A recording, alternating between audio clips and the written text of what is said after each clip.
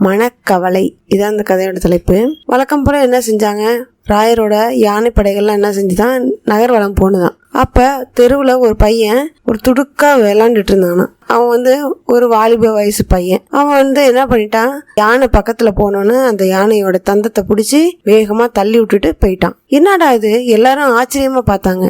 யாராலுமே யானையை தள்ளவே முடியாது, ஆனா இவன் மட்டும் என்ன இவ்வளவு ஈஸியா தள்ளி விட்டுட்டு போயிட்டானே அப்படின்னு சொல்லி பார்த்துட்டு இருக்கும்போது அதுக்கு அப்பாச்சி சொன்னாராம், இவன் எந்த வித மனக்கவலையுமே இல்ல, அவன் ரொம்ப சந்தோஷமா இருக்கான், அதனாலதான் இப்படி ஒரு வேலையெல்லாம் செய்ய முடியுது அப்படின்னு சொன்னாராம். அதுக்கு ராயர் கேட்டாராம், நீ எப்படி அந்த மாதிரிலாம் சொல்ற, உன்னால அதை நிரூபிக்க முடியுமா அப்படின்னு சொல்லி கேட்டதுக்கு, சரி நான் நிரூபிக்க முடியும், ஒரு ஒற்றன் மட்டும் எனக்கு கொடுங்க அப்படின்னு சொல்லி கேட்டாங்களாம். சரின்னு ஒரு ஒற்றனை அவங்க வீட்டுக்கு அனுப்பி அவன் எப்படி வளர்ந்துட்டு வரான் அப்படின்றத போய் பார்த்துட்டு என்கிட்ட சொல்லுங்க அப்படின்னு சொன்னோன்னே அவன் ஒரே வீட்டுக்கு ஒரே பையனா நல்ல செல்லமா வளர்ந்துட்டு வந்திருக்கான். அதனால அவங்க அம்மா அவன்கிட்ட எந்த வேலையும் சொல்றது இல்ல, சந்தோஷமா வச்சு பார்த்துக்கிட்டு இருந்திருக்காங்க. அதை பார்த்துட்டு அப்பாஜி என்ன சொன்னாராம், அவங்க அம்மாவை நம்மளுடைய அரண்மனைக்கு அழைச்சிட்டு வர சொல்லுங்க, அவனுக்கு ஒரு மனக்கவலையை உருவாக்கணும், அந்த மாதிரி உருவாக்குனாலே நம்ம அவனோட பலம் என்ன பலவீனம் என்னன்றதை கண்டுபிடிச்சிடலாம் அப்படின்னு சொன்னாங்களாம். அதே மாதிரியே என்ன செஞ்சாராம், அந்த ராயர் அவங்க வீட்டுக்கு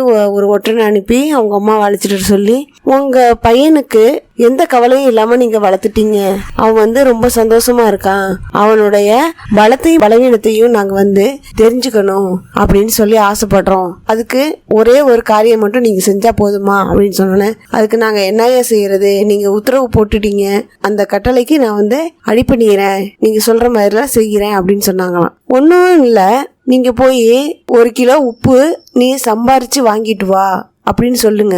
சொல்லிட்டு அந்த பையனுக்கு நீங்க உப்பு போடாம ஒரு நாள் சாப்பாடு போடுங்க அப்படின்னு சொன்னோன்னே அந்த பையன் கேட்டானா, ஏமா எனக்கு உப்பு போடாம சாப்பாடு போடுற, உப்பு போட்டு சாப்பாடு போடுமா அப்படின்னு சொன்னானா. உடனே உங்க அம்மா சொன்னாங்களா, உனக்கு உப்பு போட்டு சாப்பாடு போடணுமா அப்படின்னா அந்த உப்பை நீ சம்பாரிச்சிட்டு வா அப்படின்னு சொன்னாங்களாம். சரின்னு இந்த பையன் என்ன பண்ணானா, வெளியில போய் உப்பு வாங்கறதுக்காக சம்பாதிக்கிறதுக்கு போனானா.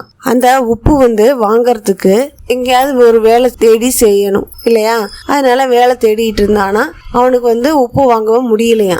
இதே இதுல மனக்கவலையில என்ன பண்ணிட்டான், கொஞ்சம் மனசு சோர்வடைஞ்சு ஒரு பக்கமா உட்காந்துட்டானா, அவனுக்கு தெம்பு இல்லாம போயிடுச்சான். அதே மாதிரி இன்னொரு நாள் என்ன செஞ்சது, யானை அந்த பக்கமா வந்திருக்கு. அந்த யானை என்ன பண்ணிடுச்சு, ஈஸியா அவனை ஒரு காலில் எட்டி உதச்சிட்டு போயிடுச்சான்.